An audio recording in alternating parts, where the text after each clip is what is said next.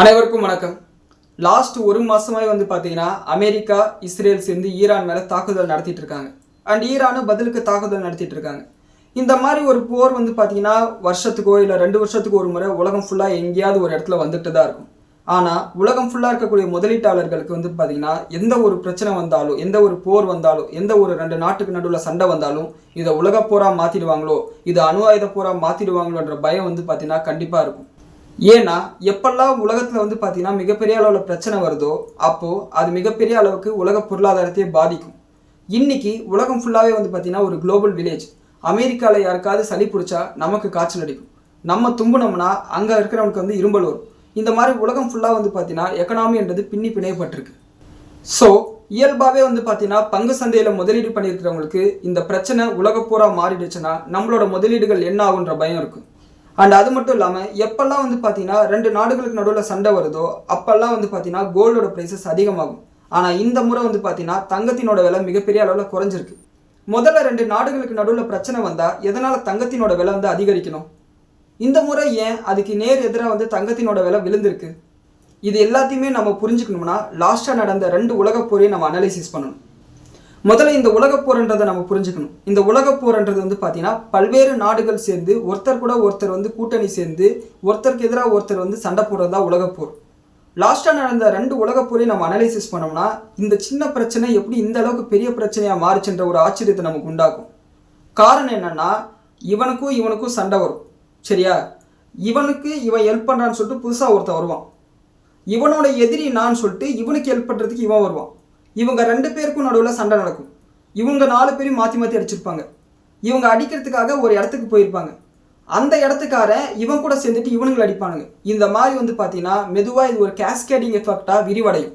இது புரிஞ்சதுனால தான் இந்த முறை ட்ரம்ப் நேட்டோ நாடுகள், ஸ்பெயினாக இருக்கட்டும், பிரிட்டனாக இருக்கட்டும், இட்டாலியாக இருக்கட்டும், ஆஸ்திரேலியாவாக இருக்கட்டும், ஈவன் இந்தியா, சைனா மாதிரியான நாடுகள் ஸ்டேட் ஆஃப் ஃபார்மஸை பயன்படுத்துது. நீங்கள் உங்களோட கப்பல் படை அனுப்புங்கன்னு சொல்லும் போதாக இருக்கட்டும், எந்த நாடுமே இந்த போரில் கலந்துக்கல.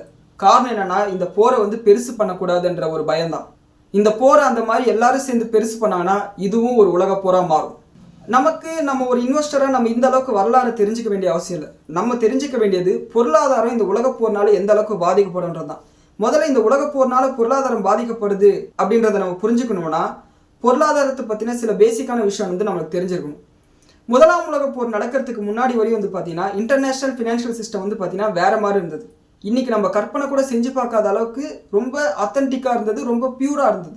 அதாவது இன்னைக்கு ஒரு 10,000 ரூபாய் பணத்தை எடுத்துகிட்டு போய் நம்ம பேங்க்ல போடுறோம்னா அவங்க அந்த பணத்தை வாங்கி வச்சுட்டு நமக்கு ஒரு பாஸ்புக்கில் 10,000 ரூபாய் உங்கள் கணக்கில் இருப்பு வச்சுட்டோம்னு சொல்லிட்டு சொல்லுவாங்க. ஆனால் 1914க்கு முன்னாடி வரையும் ஒரு 10,000 ரூபாய் பணத்தை கொடுத்துட்டோம்னா அந்த 10,000 ரூபாய் பணத்துக்கு மதிப்பான தங்கத்தை பார்த்தீங்கன்னா நமக்கு பேங்க்ஸ் திருப்பி கொடுத்துட்டு இருந்தாங்க.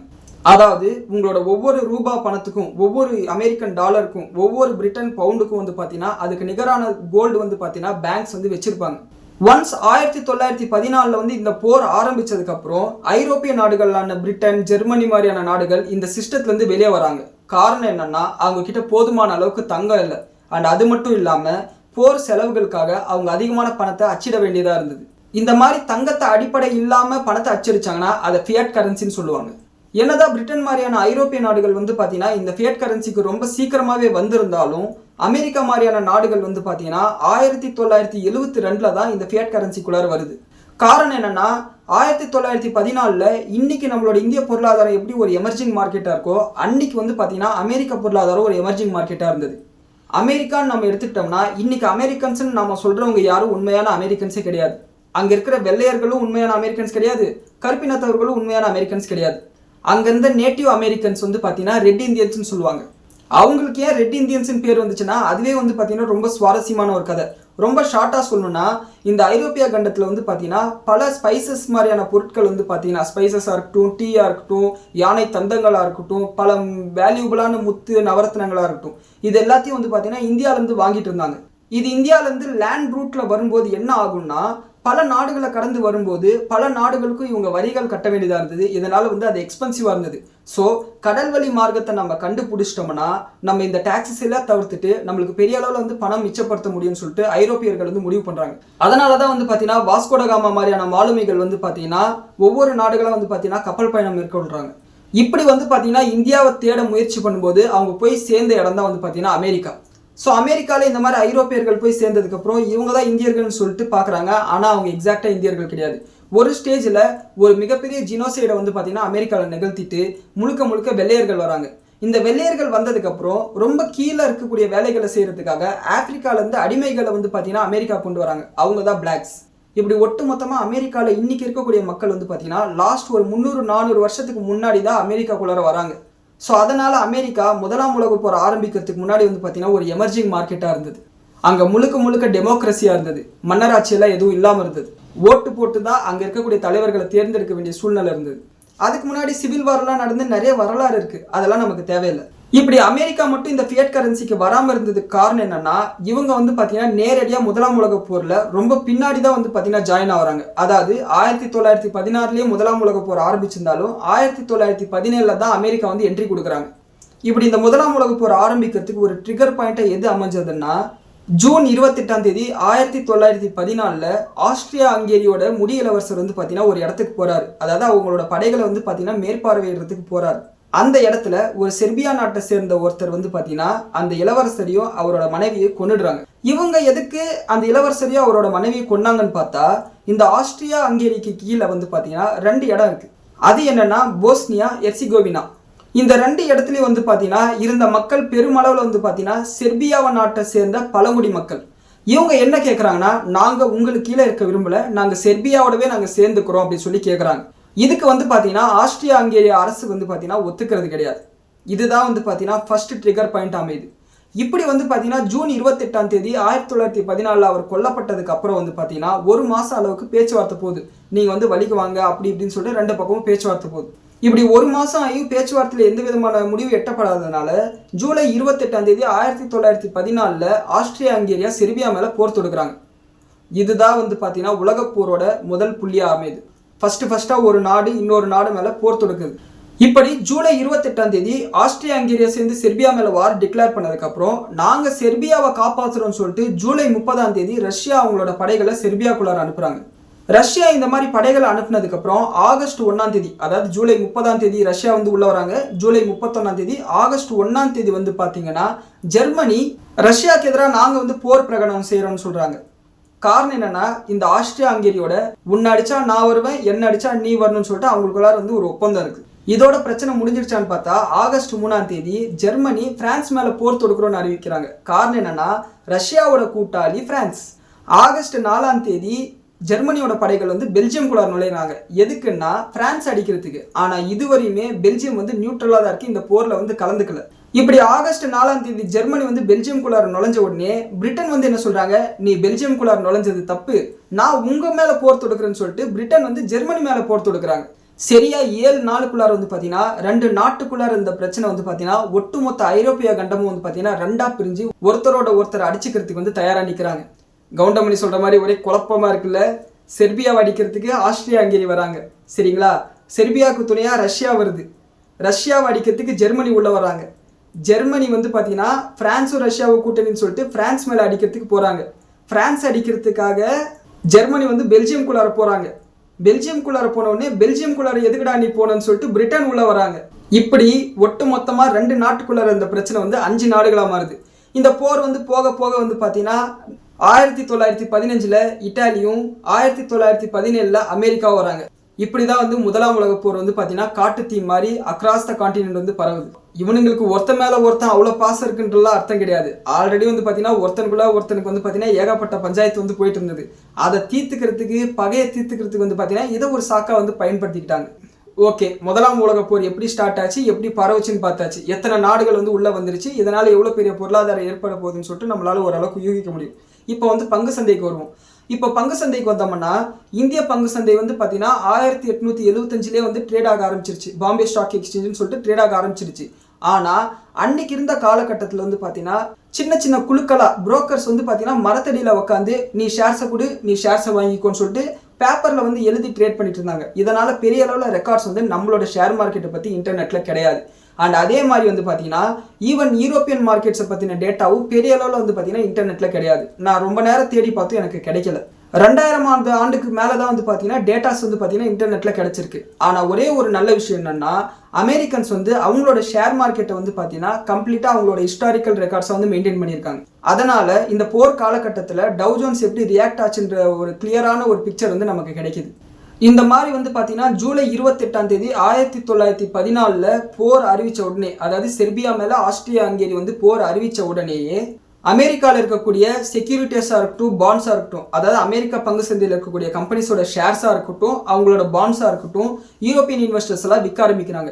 இன்னைக்கு எப்படி நம்மளோட எஃப்ஐஐஸ் வந்து இந்தியன் மார்க்கெட்டில் வித்துட்டு இருக்காங்களோ, அதே மாதிரி அன்னைக்கு அமெரிக்கன் மார்க்கெட்டில் யூரோப்பியன்ஸ் வந்து விற்க ஆரம்பிக்கிறாங்க. இது வந்து பார்த்தீங்கன்னா அமெரிக்கன் பேங்கிங் சிஸ்டமே கொலாப்ஸ் பண்ணிடுன்ற ஒரு பயத்தை உண்டாக்குது. காரணம் என்னன்னா, நான் இந்த வீடியோட ஸ்டார்டிங்ல சொன்ன மாதிரி அன்னைக்கு இருந்த மானிட்டரி சிஸ்டம் எப்படி இருந்ததுன்னா, நான் பணத்தை கொடுத்தா நீ பதிலுக்கு எனக்கு தங்கத்தை கொடுக்கணும். தங்கம் தான் குளோபல் ரிசர்வ் கரன்சியாக இருந்தது. மறுபடியும் எனக்கு எப்போ உன் நாட்டில் முதலீடு பண்ணுமோ அப்போ நான் தங்கத்தை கொடுத்துட்டு உன்னோட பணத்தை நான் வாங்கிப்பேன். இதுதான் வந்து சிஸ்டமாக இருந்தது. ஸோ ஒரே டைம் பெரிய அளவில் வந்து இன்வெஸ்டர்ஸ் வந்து ஷேர்ஸை விற்றுட்டு அவங்களோட பணத்தை கொடுத்து தங்கத்தை வாங்கணும்னு நினச்சாங்கன்னா அது அமெரிக்கன் பேங்கிங் சிஸ்டமே கொலாப்ஸ் பண்ணிடுன்ற ஒரு பயத்தினால ஜூலை 31ஆம் தேதி நியூயார்க் ஸ்டாக் எக்ஸ்சேஞ்ச் வந்து க்ளோஸ் பண்ணப்படுது. அமெரிக்காவில் மட்டும் இல்லாமல் ஒட்டுமொத்த ஐரோப்பிய கண்டத்தில், அதாவது லண்டன் ஸ்டாக் எக்ஸ்சேஞ்சாக இருக்கட்டும், ஃப்ரான்ஸில் இருக்கக்கூடிய ஸ்டாக் எக்ஸ்சேஞ்சாக இருக்கட்டும், ஜெர்மனியில் இருக்கிற ஸ்டாக் எக்ஸ்சேஞ்சாக இருக்கட்டும், எல்லாமே க்ளோஸ் பண்ணப்படுது. இதனால் பெரிய அளவில் வந்து பார்த்தீங்கன்னா பங்கு சந்தை வீழ்ச்சியை வந்து பார்த்தீங்கன்னா கண்ட்ரோல் பண்ணுறாங்க. அப்படி இருந்து கூட ஜூலை 28, 29, 30 இந்த 3 நாளில் அமெரிக்கன் ஷேர் மார்க்கெட் வந்து 10 to 15% அளவுக்கு பெரிய அளவில் பங்குகள் வந்து விழுது. யூரோப்பியன் மார்க்கெட்ஸ் 30% அளவுக்கு விழுது. ஏன்னா மெஜாரிட்டியாக வந்து பார்த்தீங்கன்னா ஐரோப்பிய நாடுகள் தான் வந்து இந்த சண்டையில் கலந்துக்கிட்டதுனால அவங்களோட பங்கு சந்தை மேலே மிகப்பெரிய இம்பாக்ட் இருக்கதா செய்யுது. அன்னைக்கு இருந்த காலகட்டத்தில் தங்கத்தினோட மதிப்பு வந்து பார்த்தீங்கன்னா ரூபாவுக்கு ஈக்குவலாக இருக்கும். அதாவது $1 நீங்கள் அமெரிக்கன் டாலர்னா 1 கிராம் தங்கம் அங்கே இருக்கும். அதனால தங்கத்தினோட தேவை வந்து பார்த்தீங்கன்னா ரூபாய் எவ்வளோ கொடுக்குறாங்களோ அந்த அளவுக்கு தங்கத்தை கொடுக்க வேண்டிய அவசியம் இருந்தது. நான் இந்த வீடியோவில் முன்னாடியே சொன்ன மாதிரி 19ஆம் நூற்றாண்டில் இந்த முதலாம் உலக போர் ஆரம்பிக்கிறதுக்கு முன்னாடி வந்து பார்த்தீங்கன்னா மானிட்டரி சிஸ்டம் அப்படி தான் இருந்தது. 1916 இந்த யுத்தம் ஆரம்பித்த உடனே ஐரோப்பிய நாடுகள் வந்து பார்த்தீங்கன்னா இந்த சிஸ்டத்துலேருந்து வெளியே வராங்க. இதுக்கு மேலே வந்து பார்த்தீங்கன்னா தங்கத்தை நாங்கள் கொடுக்க மாட்டோம், நீங்கள் ரூபா கொடுத்தா கூட. இதுக்கு மேலே வந்து பார்த்தீங்கன்னா எங்களோட கரன்சி ஃபியட் கரன்சி தான், எங்களோட நம்பிக்கை, எங்கள் மேலே நீங்கள் நம்பிக்கை வச்சுருந்தா எங்களோட கரன்சியை வாங்கிக்கோங்க, இல்லைன்னா வேணாம் அப்படின்னு சொல்லிட்டு முடிவு எடுக்கிறாங்க. ஆனால் அமெரிக்கா வந்து இந்த சிஸ்டத்தில் அப்படியே கண்டினியூ பண்ணுறாங்க. அமெரிக்கா ஒரு வல்லரசு நாடாக மாறினதுக்கு கூட இந்த ஒரு சிஸ்டம் தான் காரணமாக நம்பப்படுது. ஆனால் 1972 இந்த சிஸ்டத்தை விட்டு அமெரிக்காவை வெளியே வராங்க. அதை நம்ம பின்னாடி பார்ப்போம். இப்போ இந்த முதலாம் உலக போருக்கு வந்தோம்னா இப்படி எல்லா இன்வெஸ்டர்ஸும் வந்து பார்த்தீங்கன்னா அமெரிக்கன் ஸ்டாக்ஸ், பாண்ட்ஸ், ஐரோப்பியாவில் இருக்கக்கூடிய ஸ்டாக்ஸ், பாண்ட்ஸ் எல்லாத்தையும் விற்றுட்டு பணமாக மாற்றணும், தங்கமாக மாற்றணும் முடிவு பண்ணதுனால மிகப்பெரிய லிக்விடிட்டி கிரைசிஸ் வருது. ஸோ இப்படி வந்து பார்த்தீங்கன்னா ஜூலை 31ஆம் தேதி நியூயார்க் ஸ்டாக் எக்ஸ்சேஞ்சாக இருக்கட்டும், மற்ற ஸ்டாக் எக்ஸ்சேஞ்சஸ் எல்லாம் க்ளோஸ் பண்ணப்படுது. இப்படி க்ளோஸ் பண்ணிட்டு 4.5 மாதம் கழிச்சு டிசம்பர் 12ஆம் தேதி 1914 தான் வந்து பார்த்தீங்கன்னா மறுபடியும் வந்து எல்லா ஸ்டாக் மார்க்கெட்ஸும் ஓப்பன் பண்ணுறாங்க. அப்படி இருந்து கூட பிரான்ஸ் மாதிரியான சில நாடுகளில் வந்து பார்த்தீங்கன்னா பங்கு சந்தைகள் வந்து திறக்கப்படலை. காரணம் என்னன்னா, அந்த இடத்துல வந்து பார்த்தீங்கன்னா போர் வந்து ரொம்ப வீரியமாக செயல்பட்டு இருந்ததுனால பங்கு சந்தைகளை மூடி வச்சாங்க. இன்னைக்கு மாடர்ன் டைம்ஸில் இந்த மாதிரி ஷேர் மார்க்கெட் மூடி இருக்காங்களான்னு கேட்டிங்கன்னா, இந்த போர் ஆரம்பித்து மார்ச் 2ஆம் தேதி 3ஆம் தேதி துபாயோட ஷேர் மார்க்கெட்டை வந்து பார்த்தீங்கன்னா க்ளோஸ் பண்ணி வச்சுருந்தாங்க. அதுக்கு அடுத்த நாள் மார்க்கெட் ஓப்பன் ஆகும்போது கிட்டத்தட்ட 5% அளவுக்கு துபாயோட ஷேர் மார்க்கெட் விழுந்தது. ஸோ லிட்ரலாக வந்து பார்த்தீங்கன்னா கவர்மெண்ட்டும் சரி, எக்ஸ்சேஞ்சஸும் சரி மிகப்பெரிய அளவுக்கு ஒரு வீழ்ச்சி வரக்கூடாது பங்கு சந்தையிலன்றதுக்காக ஷேர் மார்க்கெட்டே க்ளோஸ் பண்ணி வச்சாங்க. ஒன்ஸ் டிசம்பர் 12ஆம் தேதி 1914 அமெரிக்கன் மார்க்கெட்ஸ் ஓப்பன் ஆனதுக்கப்புறம், யூரோப்பியன் மார்க்கெட்ஸில் ஒரு சில மார்க்கெட்ஸ் ஓப்பன் ஆனதுக்கப்புறம் செல்லிங் வந்து கண்டினியூ ஆகுது. இப்படி மார்க்கெட்டில் 1915 வரையுமே வந்து பார்த்தீங்கன்னா செல்லிங் ப்ரெஷர் இருந்தது. அதுக்கப்புறம் வந்து பார்த்தீங்கன்னா ஆலிஸ் பவர்ஸ் வந்து பார்த்தீங்கன்னா ஸ்ட்ராங் ஆகிட்டே வராங்க, சென்ட்ரல் பவர்ஸ் வந்து வீக் ஆகிட்டே வராங்கன்ற சிக்னல் வந்து பார்த்தீங்கன்னா மார்க்கெட்டுக்கு கிடைக்க ஆரம்பிக்குது. இந்த சிக்னல் வந்ததுக்கப்புறம் மார்க்கெட்ஸும் ரிகவர் ஆக ஆரம்பிக்குது.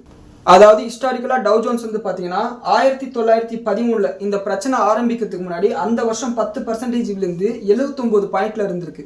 அதாவது 79 பாயிண்ட் தான் டவ் ஜோன்ஸோட நம்பராக இருந்திருக்கு. அண்ட் 1916 இந்த பிரச்சனை ஆரம்பித்ததுக்கப்புறம் டிசம்பரில் வந்து பார்த்தீங்கன்னா மறுபடியும் ஸ்டாக் மார்க்கெட்டெல்லாம் ஓப்பன் பண்ணதுக்கப்புறம் 30% அளவுக்கு அவங்களோட இயர் ஆன் இயர் பேசிஸில் அவங்களோட பங்கு சந்தை விழுந்து 55 பாயிண்ட்டுக்கு வருது. 1915 ஓரளவுக்கு இந்த பிரச்சனைலாம் முடியுதுன்ற சிக்னல் வந்ததுக்கப்புறம் மறுபடியும் 81% அளவுக்கு டவ் ஜோன்ஸ் ரிகவர் ஆகிட்டு 99 பாயிண்ட்ல முடியுது. அண்ட் 1916 4% அளவுக்கு மார்க்கெட் விழுந்து 95 பாயிண்ட்ஸ்ல இருக்கு. 1917 22% அளவுக்கு டவ் ஜோன்ஸ் விழுந்து 74 பாயிண்ட்ல இருக்கு. 1917 வந்து பார்த்தீங்கன்னா டவ் ஜோன்ஸ் விழுறதுக்கு காரணம் வந்து என்னன்னா, அது வரையும் வந்து பார்த்தீங்கன்னா அமெரிக்கன் மார்க்கெட் வந்து பார்த்தீங்கன்னா யூரோப்பியன் கான்டினென்ட்டுக்கு வந்து பார்த்தீங்கன்னா ஒரு சப்ளையராக இருக்காங்க. அவங்களுக்கு மெட்டல் வேணுமா, வெப்பன்ஸ் வேணுமா, வண்டி வேணுமா, காட்டன் வேணுமா, சாப்பாடு வேணுமா, எல்லாத்தையும் வந்து பார்த்தீங்கன்னா எக்ஸ்போர்ட் மட்டும் பண்ணி பெரிய அளவில் வந்து பணத்தை சம்பாதிக்கிறாங்க.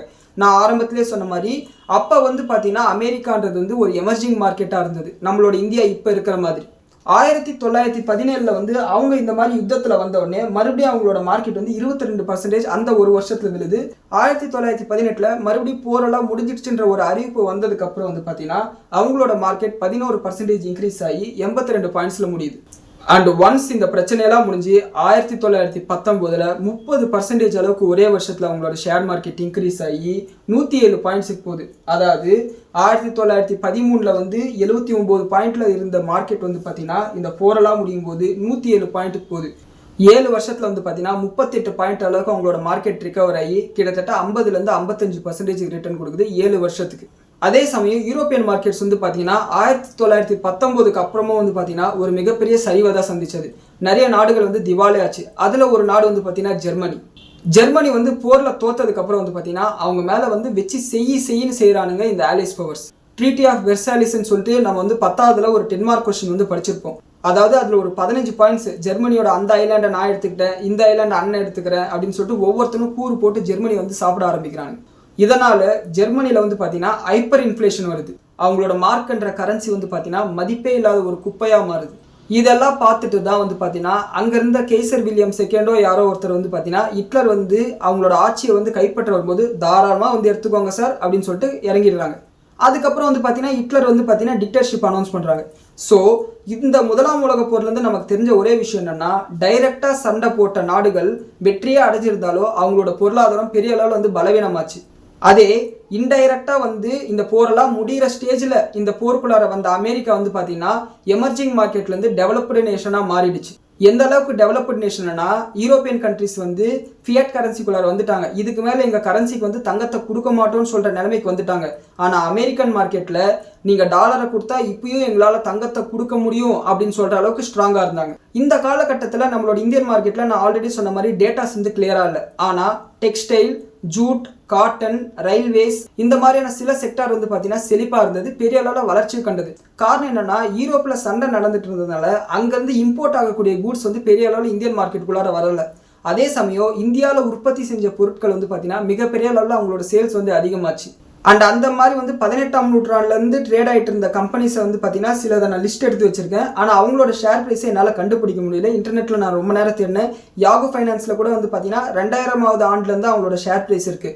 நான் அந்த கம்பெனிஸோட பேர் சொல்கிறேன். ஒருவேளை உங்களால் முதலாம் உலக போர், 2ஆம் உலக போகிறப்போ இவங்களோட ஷேர் ப்ரைஸ் என்னவா இருந்ததுன்னு கண்டுபிடிக்க முடிஞ்சால் அது கொஞ்சம் கீழே கமெண்ட்டில் சொல்லுங்கள். நம்மளோட வியூவர்ஸ் எல்லாருக்குமே அது யூஸ்ஃபுல்லாக இருக்கும், நானும் அதை தெரிஞ்சுக்கிறேன். அந்த கம்பெனி பேருன்னு எடுத்துக்கிட்டோம்னா Bombay Burmah Trading Corporation, Andrew Yule and Co, Balmer Lawrie and Co, Britannia, Bombay Dyeing, Kirloskar group, Century Textile, இதில் பல கம்பெனி இன்னமும் நம்மளோட ஷேர் மார்க்கெட்டில் இருக்குது. ஸோ இந்த மாதிரி சில கம்பெனிஸ் வந்து பார்த்தீங்கன்னா அன்றைக்கும் ட்ரேட் ஆகிட்டு இருந்தது. இதில் பல கம்பெனிஸ் வந்து பார்த்தீங்கன்னா டெக்ஸ்டைல், ஜூட் மாதிரியான பிஸ்னஸ் பண்ணிட்டு இருந்தாங்க. அவங்களுக்கு வந்து பார்த்தீங்கன்னா செழிப்பான ஒரு காலகட்டமாக அது இருந்தது. இப்படி 1918 வந்து பார்த்தீங்கன்னா முதலாம் உலக போர் முடியுது. அதுக்கப்புறம் வந்து பார்த்தீங்கன்னா international body league of nation சொல்லிட்டு ஒரு அமைப்பு உருவாக்குறாங்க. அண்ட் அந்த அமைப்பு வீக்காக இருந்ததுனால தான் வந்து பார்த்தீங்கன்னா 2ஆம் உலக போரே வருது. அண்ட் அதுக்கப்புறம் தான் வந்து பார்த்தீங்கன்னா யுனைடெட் நேஷன்ஸ்னு சொல்லிட்டு ஒரு அமைப்பு உருவாக்குறாங்க. ஆனால் இன்னைக்கு யுனைடெட் நேஷன்ஸும் வீக்காக தான் இருக்குது. அவங்களால அமெரிக்கா செய்யக்கூடிய இந்த அட்டுழியங்களை கேள்வி கேட்க முடியல. அண்ட் அது மட்டும் இல்லாமல் நான் நேட்டோலேருந்து வெளியே போகிறேன்னு சொல்லிட்டு ட்ரம்ப் வந்து மிரட்டிட்டு இருக்காரு. ஸோ மறுபடியும் யுனைடெட் நேஷன் வீக்காக இருக்கும்போது 3ஆம் உலக போர் வரத்துக்கும் வாய்ப்பு இருக்குது. அதுக்கும் நம்ம தயாராக தான் இருக்கணும். ஸோ இந்த மாதிரி முதலாம் உலக போர் முடிஞ்சதுக்கப்புறம் கிரேட் டிப்ரெஷன் வருது 1929. அது வந்து பார்த்தீங்கன்னா ரொம்ப பெரிய டாபிக். ஆனால் இந்த போர்னால டைரெக்டாக வந்து கிரேட் டிப்ரெஷன் வரலை. ஆனால் இந்த போர் முடிஞ்சதுக்கப்புறம் வந்து பார்த்தீங்கன்னா கிரேட் டிப்ரெஷன் வரதுக்கு காரணம் என்னென்னா, இந்த போர் நடந்துட்டு இருக்கும்போது அமெரிக்காவிலேருந்து பெரிய அளவுக்கு ஏற்றுமதி நடந்துட்டு இருந்தது. ஆனால் இந்த போர் முடிஞ்சதுக்கப்புறம் ஒரு 2-3 வருஷத்துலேயே ஐரோப்பிய நாட்டுக்கு தனக்கு தேவையான பொருட்களை அவங்க தயாரிக்க ஆரம்பிச்சிட்டாங்க. ஸோ அமெரிக்காவோட டிபெண்டன்ஸ், அமெரிக்காவோட சேல்ஸ், அமெரிக்காவோட எக்ஸ்போர்ட்ஸ் கம்மியானதுனால அங்கே வந்து பார்த்தீங்கன்னா மக்கள் வந்து அதே மாதிரி வாழ்றதுக்கு இன்ட்ரெஸ்ட்டை கம்மி பண்ண வேண்டியதாக இருந்தது. அதனோட விளைவாக வந்து பார்த்தீங்கன்னா ஸ்டாக் மார்க்கெட் பபுள் கிரியேட் ஆகுது. அந்த பபுள் வந்து பஸ்ட் ஆச்சு. ஸோ அதை வந்து பார்த்தீங்கன்னா நம்ம தனியாக பேசுவோம். உங்களுக்கு ஒரு வேளை கிரேட் டிப்ரெஷன் பற்றி தெரிஞ்சுக்கணும்னா கீழே கமெண்ட்ல சொல்லுங்க, தனியாக ஒரு வீடியோ போடுவோம். அண்ட் இந்த வீடியோவே வந்து பார்த்தீங்கன்னா ரொம்ப நேரம் போகும். அந்த கிரேட் டிப்ரெஷன்ன்றது ஒரு தனி வீடியோ. அதை வந்து பார்த்தீங்கன்னா உங்களுக்கு தேவைன்னா சொல்லுங்க, தனியாக அதுக்கான ஒரு வீடியோ போடுவோம். ஸோ இந்த மாதிரியான ஒரு தாக்கத்தை வந்து பார்த்தீங்கன்னா முதலாம் உலகப் போர் வந்து ஆரம்பிச்சது. ஸோ மானிட்டரி சிஸ்டம் வந்து பார்த்தீங்கன்னா ஐரோப்பிய நாடுகளில் கோல்டு பேக்கெட்லேருந்து ஃபியாட் கரன்சிக்கு போயிடுச்சு. ஆனால் அமெரிக்காவில் மட்டும் இன்னுமே வந்து பார்த்தீங்கன்னா நீங்கள் டாலரை கொடுத்தா தங்கத்தை கொடுப்போன்ற அளவுக்கு ஸ்ட்ராங்காக இருந்தாங்க. இப்படி முதலாம் உலகப் போர் வந்து பார்த்தீங்கன்னா மிகப்பெரிய மாற்றங்களை வந்து பார்த்தீங்கன்னா இன்டர்நேஷனல் எக்கனாமியில் வந்து பார்த்தீங்கன்னா கொண்டு வந்தது. மானிட்டரி சிஸ்டமில் பல மாற்றங்களை கொண்டு வந்தது. அண்ட் இரண்டாம் உலகப் போர் வந்து பார்த்தீங்கன்னா அமெரிக்காவை முழுக்க முழுக்க ஒரு வல்லரசு நாடாக மாற்றிடுச்சு. இரண்டாம் உலகப் போருக்கும் முதலாம் உலகப் போருக்கும் நிறைய மாற்றங்கள் இருக்கு. காரணம் என்னன்னா, முதலாம் உலகப் போர் நடந்ததுக்கு காரணம் வந்து பார்த்தீங்கன்னா காலனிசமோட ஒரு குழந்தையாக தான் முதலாம் உலகப் போர் வருது. இந்த பிரான்ஸ், பிரிட்டன் மாதிரியான நாடுகள், ஜெர்மனி மாதிரியான நாடுகள், சவுத் ஆப்பிரிக்காவில் அவங்களோட காலனி ஆதிக்கத்தில் நிறைய சண்டைகள் போட்டுக்கிட்டாங்க. அந்த பகை உணர்ச்சியை தீர்த்துக்கிறதுக்காக ஆஸ்திரியா, ஹங்கேரி, செர்பியாவுக்கு நடுவில் இந்த பிரச்சனையை வந்து பார்த்தீங்கன்னா பயன்படுத்திக்கிட்டாங்க. ஆனால் இரண்டாம் உலகப் போர் வந்ததுக்கான காரணம் வந்து பார்த்தீங்கன்னா ஜெர்மனிக்கும் இட்டாலிக்கும் முதலாம் உலகப் போர் முடிஞ்சதுக்கப்புறம் நடத்தப்பட்ட அநீதிகள் தான் காரணம். இந்த மாதிரி முதலாம் உலகப் போர் முடிஞ்சதுக்கப்புறம் ஜெர்மனியில் மக்கள் சாப்பிட்ற சாப்பாட்டு கூட கஷ்டப்பட்டாங்க. அவங்களோட கரன்சி வந்து பார்த்தீங்கன்னா மதிப்பே இல்லாத ஒரு குப்பையாக மாறிடுச்சு. ஹைப்பர் இன்ஃப்ளேஷன்ன்றது வந்து ஜெர்மனிக்குள்ளார வந்துடுச்சு. இந்த பிரச்சனையெல்லாம் பார்த்துட்டு தான் ஹிட்லர்ன்றவர் வந்து பார்த்தீங்கன்னா ரைஸ் ஆகி வராரு.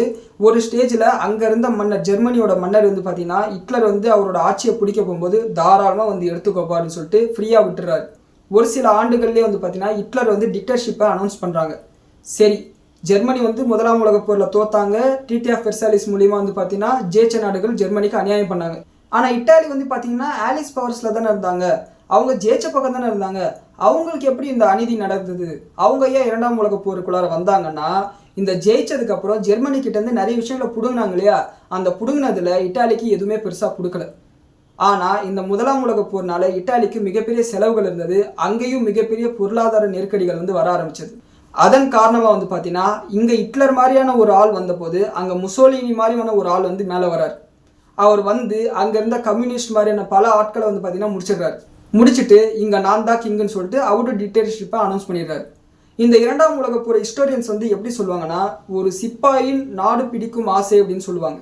அதாவது ஹிட்லர்னு சொல்லிட்டு ஒரு சிப்பாய் முதலாம் உலகப் போரில் ஒரு சாதாரண சோல்ஜராக இருந்த ஒரு ஆளோட நாடுகளை பிடிக்கணுன்ற ஒரு ஆசையோட விளைவு தான் வந்து பார்த்தீங்கன்னா இந்த இரண்டாம் உலகப் போர்னு சொல்லுவாங்க.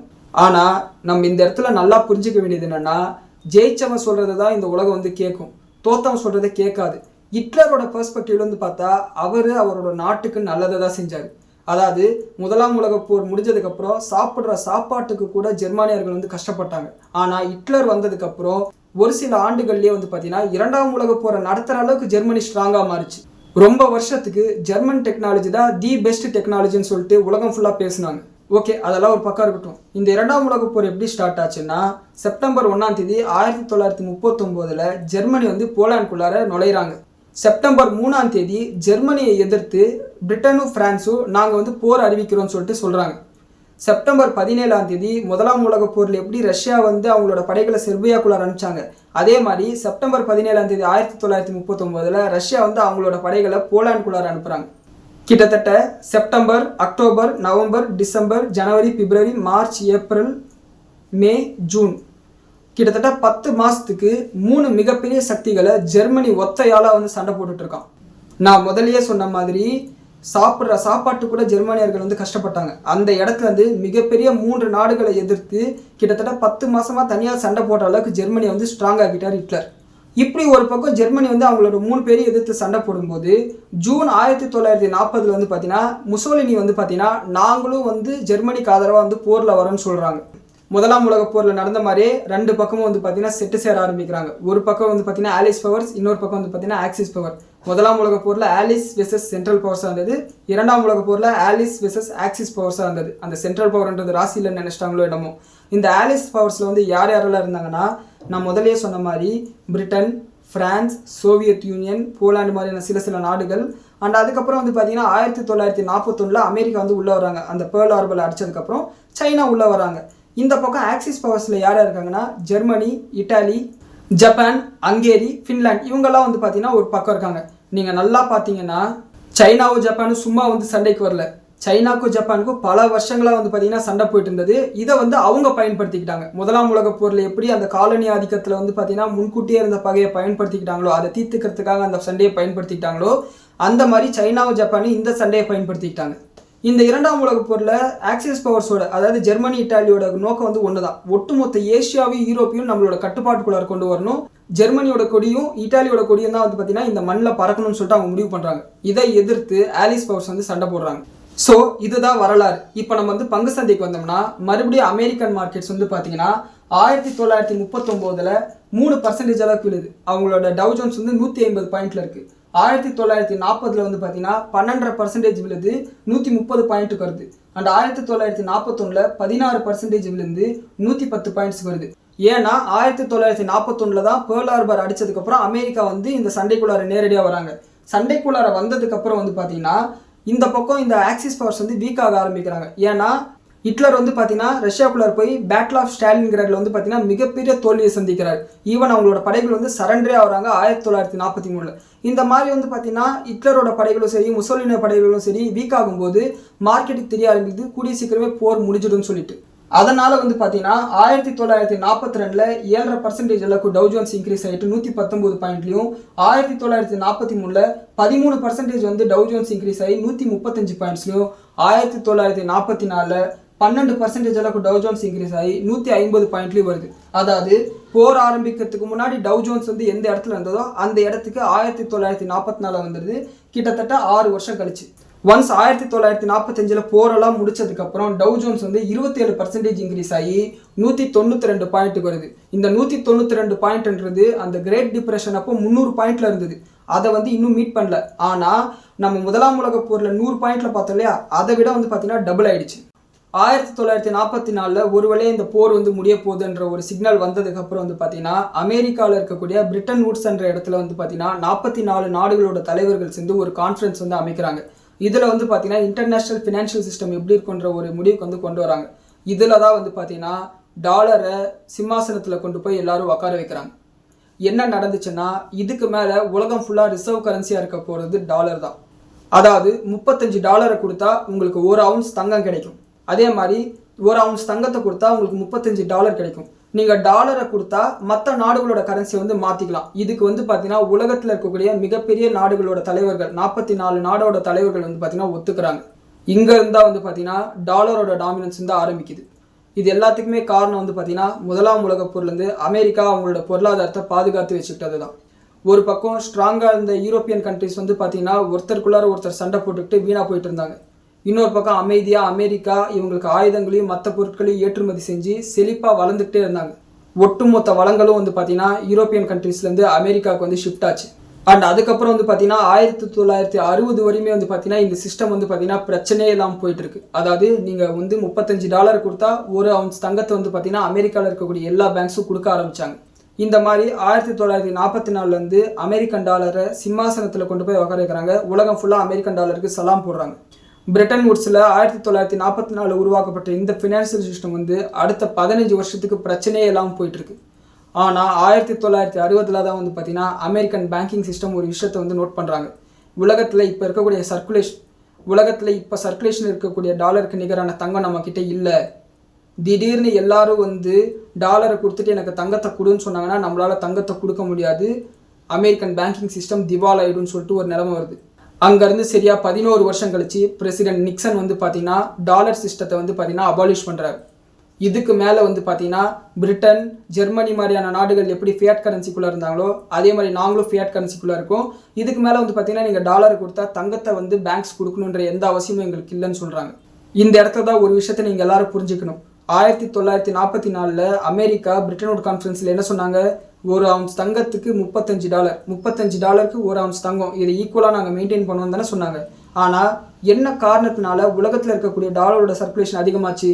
இவங்க வந்து அதிகமாக டாலரை பிரிண்ட் பண்ணதுனால தான் அதிகமாச்சு. அப்போது இவங்க அந்த கான்ஃபரன்ஸில் வந்து ஒத்துக்கிட்டதை விட அதிகமான டாலரை பிரிண்ட் பண்ணியிருக்காங்க. இது உலகத்தில் இருக்கக்கூடிய பல நாடுகளுக்கு அது தெரியலை. இந்த விஷயம் வந்து தெரிய வரத்துக்குள்ளார 1971 பிரசிடென்ட் நிக்சன் வந்து பார்த்தீங்கன்னா இதுக்கு மேலே நாங்கள் தங்கத்தை கொடுக்க மாட்டோம்னு சொல்லிடுறாரு. மறுபடியும் ஒரு முறை அமெரிக்கா வந்து மிகப்பெரிய ஒரு வல்லரசாக மாற ஆரம்பிக்குது. யாரெல்லாம் இதுக்கு எதிர்ப்பு தெரிவிக்கிறாங்களோ அங்கெல்லாம் வந்து யுத்தங்களை நடத்தி அவங்களோட பவர் வந்து நிலைநாட்ட ஆரம்பித்தாங்க. இது எல்லாமே ஜியோ பாலிட்டிக்ஸ், நமக்கு தேவையில்லாத விஷயம். இந்த காலகட்டத்தில் யூரோப்பியன் மார்க்கெட்ஸ் வந்து பார்த்தீங்கன்னா பெருமளவில் வந்து க்ளோஸ் ஆகிட்டு இருந்தது, எக்ஸப்ட் லண்டன் எக்ஸ்சேஞ்சை தவிர. லண்டன் எக்ஸ்சேஞ்ச் வந்து பார்த்தீங்கன்னா முதலாம் உலக போரில் 4-5 மாதம் க்ளோஸ் பண்ணி வச்சிருந்தாலும் இரண்டாம் உலக போரில் பெரிய அளவில் க்ளோஸ் பண்ணி வைக்கல. ஆனால் இவங்களோட டேட்டாவும் பெரிய அளவில் வந்து பார்த்தீங்கன்னா ஹிஸ்டாரிக்கல் ரெக்கார்ட்ஸில் கிடையாது. இதனால் இவங்களோட மூவ்மெண்ட் எப்படி இருந்ததுன்னு நம்மளால் கண்டுபிடிக்க முடியல. அண்ட் நம்மளோட இந்தியன் மார்க்கெட் எடுத்துக்கிட்டோம்னா நம்மளோட சென்செக்ஸ் வந்து பார்த்தீங்கன்னா 1986 தான் வந்து பார்த்தீங்கன்னா டிசைன் பண்ணுறாங்க. அதாவது பெஞ்ச் மார்க் இண்டெக்ஸ் வந்து டிசைன் பண்ணுறாங்க. அது வரையுமே வந்து பார்த்தீங்கன்னா நம்மளோட ரெக்கார்ட்ஸ் வந்து பெரிய அளவில் வந்து கிளியராக இல்லை. சும்மா நோட்டு பேனால வந்து எழுதி வச்சிருக்க ரெக்கார்ட்ஸ் தான். அது எதுவுமே வந்து பார்த்தீங்கன்னா ஹிஸ்டாரிக்கல் ரெக்கார்ட்ஸ்ல இல்லை, இன்டர்நெட்லையும் இல்லை. அண்ட் நம்மளோட மார்க்கெட்டில் ரஃபாக பார்க்கணும்னா 1939 41 வரையும் வந்து பார்த்தீங்கன்னா இந்த போர்னால நம்மளோட மார்க்கெட்டு விழுந்திருக்கு. 1941 43 வரையும் கிராஜுவலாக இன்க்ரீஸ் ஆகியிருந்தால் கூட நம்மளோட நாட்டில் நடந்த சுதந்திர போராட்டத்தின் காரணமாக வந்து பார்த்தீங்கன்னா நம்மளோட மார்க்கெட் அப்பப்போ வாலட்டைலாக இருந்திருக்கு. 1944 45 நல்லாவே நம்மளோட மார்க்கெட் ரிகவர் ஆகிட்டு ப்ரீ வார் சுச்சுவேஷனுக்கு வந்து பார்த்தீங்கன்னா நம்மளோட மார்க்கெட் வந்துருச்சு. ஸோ ஓவராலாக இந்த போர்கள் எல்லாத்தையும் நம்ம கணக்கு போட்டு பார்க்கும்போது மார்க்கெட் விழுந்தாலும் அடுத்த 3-4 வருஷத்துக்குள்ளார மார்க்கெட் ரிகவர் ஆகிருக்கு. கம்மிங் டு த கன்க்ளூஷன், இப்போ நடந்துட்டு இருக்கிற இந்த இஸ்ரேல் ஈரான் போர் வந்து பார்த்தீங்கன்னா 3ஆம் உலக போராக மாறக்கூடாதுன்னு சொல்லிட்டு நான் வேண்டிக்கிறேன். ஒருவேளை மாறுச்சுன்னா என்ன காரணங்களால் மாறும், இது நம்மளோட பங்கு சந்தை மேலே எப்படியான இம்பாக்டை உருவாக்கும்னு சொல்லிட்டு இந்த 1ஆம் உலக போர் 2ஆம் உலக போரை வச்சு நம்ம வந்து இப்போ கம்பேர் பண்ணி பார்த்துடலாம். 1ஆம் உலக போரில் வந்து பார்த்தீங்கன்னா 2 பக்கமும் நாடுகள் வந்து செட்டு சேர ஆரம்பித்தாங்க. அதாவது 1ஆம் உலக போரில் ஆலிஸ் பவர் சென்ட்ரல் பவர்னு சொல்லிட்டு செர்பியா பக்கமும் ஆஸ்திரியா ஹங்கேரியா பக்கமும் வந்து பார்த்தீங்கன்னா நாடுகள் வந்து செட்டு சேர ஆரம்பித்தாங்க. அதனால் பிரச்சனை பெருசாச்சு. 2ஆம் உலக போரில் வந்து பார்த்தீங்கன்னா போலாண்டுக்கு ஆதரவாக வந்து பார்த்தீங்கன்னா பிரான்ஸ் பிரிட்டன் வந்தாங்க, ஜெர்மனிக்கு ஆதரவாக வந்து பார்த்தீங்கன்னா இட்டாலி வந்தாங்க. போர் பெருசாச்சு. இப்போ நடந்துட்டு இருக்கிற இந்த இஸ்ரேல் ஈரான் பிரச்சனையில் அமெரிக்கா என்னதான் கூவி கூப்பிட்டாலும் நாட்டோ நாடுகளும் சரி, ஐரோப்பிய நாடுகளும் சரி, நம்மளை போல இந்தியா, சைனா, ஆஸ்திரேலியா மாதிரியான நாடுகளும் சரி அமெரிக்காவுக்கு ஆதரவாக இந்த போரில் கலந்துக்கல. அதே சமயம் சைனா, ரஷ்யா மாதிரியான நாடுகள் மறைமுகமாக ஈரானுக்கு ஆதரவு கொடுக்குறாங்களே தவிர ஓப்பனாக அவங்களுக்கு ஆதரவு கொடுக்கல. காரணம் எல்லா நாடுகளுக்கும் தெரியும் இந்த மாதிரி நம்ம கூட்டணி சேர்ந்தோம்னா இது 3ஆம் உலக போருக்கு வழிவகுக்கும்னு சொல்லிட்டு. அண்ட் அடுத்து ஸ்டாக் மார்க்கெட்ஸ் எல்லாம் 1ஆம் உலக போகிறப்போ 4-5 மாதம் க்ளோஸ் பண்ணி வச்சுருந்தாங்க. போர் நடக்கக்கூடிய சில இடங்களில் வந்து பார்த்தீங்கன்னா கம்ப்ளீட்டாக க்ளோஸ் பண்ணி வச்சுருந்தாங்க. 2ஆம் உலக போரில் வந்து பார்த்தீங்கன்னா போர் நடக்காத சில இடங்களில் அமெரிக்கா மாதிரியான இடங்கள், லண்டன் ஸ்டாக் எக்ஸ்சேஞ்ச் எல்லாம் எப்பயும் போல இயங்கிட்டு தான் இருந்தது. எப்பயுமே வந்து அவங்க க்ளோஸ் பண்ணலை. ஆனால் போர் நடக்கிற இடத்துல க்ளோஸ் பண்ணி தான் வச்சுருந்தாங்க. இப்போ நடந்துட்டு இருக்கிற இந்த இஸ்ரேல் ஈரான் பிரச்சனையில் மார்ச் 2ஆம் தேதி 3ஆம் தேதி மட்டும் துபாயில் மட்டும் அவங்களோட மார்க்கெட்ஸை க்ளோஸ் பண்ணி வச்சுருந்தாங்க. காரணம் அதே தான், எல்லா இன்வெஸ்டர்ஸும் பயந்து அவங்களோட பணத்தை வெளியே எடுத்துகிட்டு போயிட்டாங்கன்னா அது பெரிய அளவில் துபாய் கவர்மெண்ட்டை பாதிக்குன்றதுனால அவங்களோட மார்க்கெட்டை வந்து க்ளோஸ் பண்ணி வச்சுருந்தாங்க. ஸோ இந்த பிரச்சனை ஒருவேளை உலக போரா மாறிச்சினாலும் அந்த பாதிக்கப்படக்கூடிய நாடுகள் இருக்கக்கூடிய பங்கு சந்தையை மட்டும் க்ளோஸ் பண்ணுவாங்க. அன்லெஸ் ஆர் அன்டில் இந்த இன்டர்நேஷனல் கேபிள்ஸ் எல்லாம் இருக்கு இல்லையா, இன்டர்நெட் கேபிள்ஸ், அதை தாக்காத வரைக்கும் வந்து பார்த்தீங்கன்னா மற்ற மார்க்கெட்ஸ் க்ளோஸ் பண்ண மாட்டாங்க. அண்ட் அடுத்து டியூரேஷன். 1ஆம் உலக போர் வந்து பார்த்தீங்கன்னா 4 வருஷம் நடந்தது. 2ஆம் உலக போர் வந்து பார்த்தீங்கன்னா 6 வருஷம் நடந்தது. 3ஆம் உலக போர் இந்த மாதிரி வருஷக்கணக்கில் நடக்குமான்னு கேட்டிங்கன்னா நடக்காது. காரணம் என்னன்னா ஏதாவது ஒரு பக்கம் தோக்குற மாதிரி வருவாங்க. அந்த மாதிரி தோக்குற மாதிரி வந்தாங்கன்னா அணு ஆயுதத்தை பயன்படுத்துவாங்க. முதல் அணு ஆயுதத்தை பயன்படுத்தினதுக்கு அப்புறம் 2ஆம் அணு ஆயுதத்தை வந்து பார்த்தீங்கன்னா பயங்கரமான ஒரு நியூக்ளியர் அப்போகலிப்ஸ் வந்து உருவாக்கும். அதன் காரணமாக வந்து பார்த்தீங்கன்னா மனித இனமே அழிகிறதுக்கு வாய்ப்பு இருக்குது. அண்ட் அடுத்த பாயிண்ட், இன்டர்நேஷ்னல் பாடி. 1ஆம் உலக போருக்கு முன்னாடி வந்து பார்த்தீங்கன்னா இன்டர்நேஷ்னலாக வந்து பார்த்தீங்கன்னா எந்த ஒரு ஏஜென்சியும் கிடையாது. அண்ட் அதுக்கப்புறம் தான் வந்து பார்த்தீங்கன்னா லீக் ஆஃப் நேஷன்ஸ் வந்து உருவாக்குறாங்க. ஆனால் 2ஆம் உலக போர் நடக்கிறதுக்கு முக்கியமான காரணமே இந்த லீக் ஆஃப் நேஷன்ஸ் வந்து ஹிட்லர், முசோலினி பண்ண அநியாயங்களை வந்து தட்டி கேட்குற அளவுக்கு சக்தி இல்லாமல் இருந்தது தான். அதுக்கப்புறம் தான் வந்து பார்த்தீங்கன்னா யுனைடெட் நேஷனை வந்து ஆரம்பிக்கிறாங்க. அதில் வந்து பார்த்தீங்கன்னா நேட்டோன்ற ஒரு அமைப்பையும் உருவாக்குறாங்க. ஆனால் இன்னைக்கு அமெரிக்காவில் ட்ரம்ப் வந்து என்ன சொல்கிறாருன்னா, நான் நேட்டோலேருந்தே வெளியே போகணும்னு சொல்கிறார். அமெரிக்கா தான் வந்து பார்த்தீங்கன்னா இந்த யுனைடெட் நேஷனில் நேட்டோவில் மிகப்பெரிய ஒரு சக்தி வாய்ந்த நாடு. அந்த நாடே வெளியே போயிடுச்சுன்னா உலகப்போர் வரத்துக்கு வாய்ப்பு இருக்குது. ட்ரம்ப்போட ஆட்சி காலம் இன்னும் 2 வருஷம் இருக்குது. அது வரையும் வந்து பார்த்தீங்கன்னா எப்படியாவது உலகம் சமாளிச்சிச்சுன்னா அடுத்த முறையாவது அமெரிக்க மக்கள் ஒரு தெளிவான ஆளுக்கு, ஒரு சரியான ஆளுக்கு ஓட்டு போடுவாங்கன்னு சொல்லிட்டு நம்ம நம்புவோம். அப்படி சரியான ஆளுக்கு ஓட்டு போட்டாங்கன்னா இந்த பிரச்சனையெல்லாம் வராதுன்னு சொல்லிட்டு நம்புவோம். காரணம் என்னன்னா, பைடன் இருக்கும்போது சரி, ஒபாமா இருக்கும்போது சரி, உலகம் இந்த அளவுக்கு ஒரு அன்சர்டனிட்டியை பார்க்கல. ஆனால் ட்ரம்ப் வந்து பார்த்தீங்கன்னா இருக்கிற எல்லா கோமாளித்தனத்தையும் பண்ணிட்டு இருக்காரு. முதல்ல டேரிஃப் போட்டாரு, இப்போ ஈரான் இஸ்ரேல் அடிச்சிட்டு இருக்காரு, கிரீன்லாண்ட் மேலே வந்து சொந்தம் கொண்டாடுறாரு, கியூபாவை அடிக்க போறன்றாரு, கீழே வெனிசுலாவை போய் பிரசிடெண்ட்டை கடத்திட்டு வந்திருக்காரு. இந்த மாதிரி எல்லா கோமாளித்தனத்தையும் பண்ணிட்டு இருக்காரு. இவர் ஒருத்தர் பண்ணுற வேலையில் இது உலக போரா வந்துருமோன்ற பயத்தை வந்து நம்மளுக்கு உண்டாக்கிட்டு இருக்கு. அண்ட் ட்ரிகர் பாயிண்ட், இந்த 1ஆம் உலக போர் நடக்கிறதுக்கு முக்கியமான ட்ரிகர் பாயிண்ட் வந்து ஆஸ்திரியா ஹங்கேரியில் வந்து பார்த்தீங்கன்னா நடந்த பிரச்சனை தான். ஆனால் இதுக்கான ஸ்டேஜ் வந்து பார்த்தீங்கன்னா காலனியலிசம் ஒரு 100 வருஷத்துக்கு முன்னாடி வந்து பண்ண ஆரம்பிச்சிருச்சு. காரணம் என்னன்னா, ஆப்பிரிக்காவில் இந்த ஐரோப்பிய நாடுகள் வந்து நாடு பிடிக்கிற சண்டையில் வந்து பார்த்தீங்கன்னா ஒருத்தரோட ஒருத்தர் சண்டை போட்டுட்டு இருந்தாங்க. அந்த சண்டையோட பகை உணர்ச்சியை இந்த 1ஆம் உலக போரில் தீர்த்துக்கணும்னு ஆசைப்பட்டாங்க. அதனோட விளைவாக தான் வந்து பார்த்தீங்கன்னா 1ஆம் உலக போர் நடந்தது. அண்ட் 2ஆம் உலக போர் வந்து பார்த்தீங்கன்னா போலாண்டுக்குள்ளார ஜெர்மனி வந்தது தான். அண்ட் ஜெர்மனி வந்து பார்த்தீங்கன்னா ஒட்டுமொத்த ஆசியா கண்டத்தையும் யூரோப்பியன் கண்ட்ரிஸையும் வந்து பார்த்தீங்கன்னா ஆக்கிரமிக்கணும்னு நினச்சாங்க. மறுபடியும் நாடுகளை கைப்பற்றணுன்ற ஆசையில் தான் 2ஆம் உலக போர் நடந்தது. 3ஆம் உலக போர் ட்ரம்ப் வந்து கிரீன்லாண்டை கைப்பற்றணும், கியூபாவை கைப்பற்றணும், வெனிசுலா இருக்கக்கூடிய ஆயிலை கைப்பற்றணும், ஈரானில் இருக்கக்கூடிய ஆயிலை கைப்பற்றணும்னு நினைக்கிறார். இதனால 3ஆம் உலக போர் வரத்துக்கு வாய்ப்பு இருக்கு. And last and final point, ஒருவேளை போர் வந்ததுக்கு அப்புறம் எக்கனாமிக் ரிகவரி எப்படி இருக்கும்? 1ஆம் உலக போரில் எக்கனாமிக் ரிகவரி வந்து பார்த்தீங்கன்னா அமெரிக்காவில் ரொம்ப வேகமாக இருந்தது. காரணம் என்னன்னா, அமெரிக்கா வந்து ரொம்ப லாஸ்ட்டாக தான் வந்து யுத்தத்தில் கலந்துட்டாங்க. அண்ட் அது மட்டும் இல்லாமல் யூரோப்பியன் கண்ட்ரிஸ்க்கு பெரிய அளவில் ஏற்றுமதி பண்ணிட்டு இருந்தாங்க. இதனால் அமெரிக்கா வந்து வல்லரசாக மாறினது. அண்ட் 2ஆம் உலக போர்லேயே வந்து பார்த்தீங்கன்னா அமெரிக்கா வந்து பார்த்தீங்கன்னா போர் ஆரம்பிச்சு 1 வருஷம் 2 வருஷம் கழிச்சு தான் வந்து பார்த்தீங்கன்னா போருக்குள்ளார வராங்க. அதுவும் பேர்ல் ஹார்பரை அடிச்சதுக்கப்புறம் தான் வராங்க. அமெரிக்கா உள்ளே வரும்போதே வந்து பார்த்தீங்கன்னா ஜெர்மனி ரஷ்யாக்குள்ளார புகுந்து பயங்கரமாக அடி வாங்கியிருந்தாங்க. ஓரளவுக்கு போர் வந்து ஆலிஸ் பவர்ஸ் பக்கம் சாஞ்சி இருந்தது. அந்த நேரத்தில் அமெரிக்கா வந்தாங்க, ஸ்ட்ராங் ஆனாங்க. இதனால் அமெரிக்கன் மார்க்கெட்ஸ் வந்து பெரிய அளவில் ரெக்கவர் ஆச்சு யூரோப்பியன் மார்க்கெட்டை கம்பேர் பண்ணும்போது. அண்ட் 3ஆம் உலக போர்னு ஒன்று வந்துச்சுன்னா எக்கனாமிக் ரிகவரி இன்னும் ஸ்பீடாக இருக்கும், ஒருவேளை அணு ஆயுதத்தை பயன்படுத்தாமல் இருந்தாங்கன்னா. காரணம் என்னன்னா, இந்த முதல் 2 உலகப்போர் நடத்தும் போது இன்டர்நேஷனல் மானிட்டரி சிஸ்டம் வந்து நீ பணத்தை கொடுத்தா நான் தங்கத்தை கொடுப்பேன்ற ஒரு நம்பிக்கையில் இருந்தது. ஆனால் இன்னைக்கு இருக்கக்கூடிய மானிட்டரி சிஸ்டம் கவர்மெண்ட் நினைச்சா எத்தனை 1000 கோடி எத்தனை லட்சம் கோடி வேணாலும் ஒரே ஒரு பட்டனில் உருவாக்க முடியும். அந்த அளவுக்கு பணத்தை உருவாக்கி பொருளாதாரத்துக்குள்ளார மறுபடியும் லிக்விடிட்டி அவங்களால இன்ஜெக்ட் பண்ண முடியும். அதனால எக்கனாமிக் ரிகவரின்றது ரொம்ப வேகமாக இருக்கும். அதை நம்ம கோவிட் டைம்லேயே பார்த்தோம், எந்த அளவுக்கு எக்கனாமி வந்து ரொம்ப சீக்கிரமாக முன்னேற்றினாங்கன்னு சொல்லிட்டு. அண்ட் அதுக்கப்புறம் வந்து பார்த்தீங்கன்னா மறுபடியும் இன்ட்ரெஸ்ட் ரேட் ஏற்றுவாங்க, ரிசெஷன் வரும், அது பரவாயில்ல. ஆனால் போர் முடிஞ்சதுக்கப்புறம் ரிகவரின்றது ரொம்ப ஃபாஸ்ட்டாக இருக்கும், அணு ஆயுதத்தை யூஸ் பண்ணாத வரையும். ஸோ இதுதான் வந்து பார்த்தீங்கன்னா என்னோட அனாலிசிஸ். ஒருவேளை உலகப்போரே வந்தாலும் கூட பங்கு சந்தையில் இந்த விஷயங்கள் நடக்கிறதுக்கான வாய்ப்பு இருக்குன்னு சொல்லிட்டு இந்த அனாலிசிஸை நான் முடிக்கிறேன். அண்ட் இந்த வீடியோவில் இருக்கிற தகவல் வந்து உங்களுக்கு யூஸ்ஃபுல்லாக இருக்குன்னு சொல்லிட்டு நான் நம்புகிறேன். கண்டிப்பாக வந்து இது மாணவர்களுக்கும் மாணவிகளுக்கும் இது பெரிய அளவில் யூஸ் ஆகும். அடுத்த தலைமுறையில் வந்து யாராவது முதலீடு பண்ணணும்னு நினைச்சாலும், பொருளாதாரத்தை புரிஞ்சுக்கணும்னு நினைச்சாலும், அரசியலை புரிஞ்சுக்கணும்னு நினைச்சாலும், உலக அரசியலை புரிஞ்சுக்கணும்னு நினைச்சாலும், வரலாறுல என்னென்ன நடந்துச்சுன்னு அவங்க தெரிஞ்சுக்கணும்னு நினைச்சாலும் இந்த வீடியோ அவங்களுக்கு யூஸ்ஃபுல்லாக இருக்குன்னு சொல்லிட்டு நான் நினைக்கிறேன். அண்ட் இந்த வீடியோக்காக நான் பண்ணியிருக்கிற இந்த உழைப்பை வந்து நீங்கள் பாராட்டணும்னு நினச்சிங்கன்னா இந்த வீடியோக்கு ஒரு லைக் கொடுங்க. நம்ம சேனலுக்கு நீங்கள் முதல் முறையாக வந்திருக்கீங்கன்னா நம்ம சேனலை சப்ஸ்கிரைப் பண்ணிக்கோங்க. இதை உங்களோட நண்பர்களோட பகிருங்க. இந்த உலக போர்னால ஃபினான்ஷியல் மார்க்கெட் எந்த அளவுக்கு பாதிக்கப்படும், மறுபடியும் ரெக்கவர் ஆகிறதுக்கு வாய்ப்பு இருக்கா இல்லையா, தங்கத்தினோட விலை இந்த முறை எதனால் விழுந்தது, போர் வந்தால் எதனால் ஏறுதுன்றதை பற்றி டீட்டெயிலாக இந்த வீடியோவில் பேசியிருக்கேன். அது கண்டிப்பாக அவங்களுக்கு பயனுள்ளதாக அமையும்.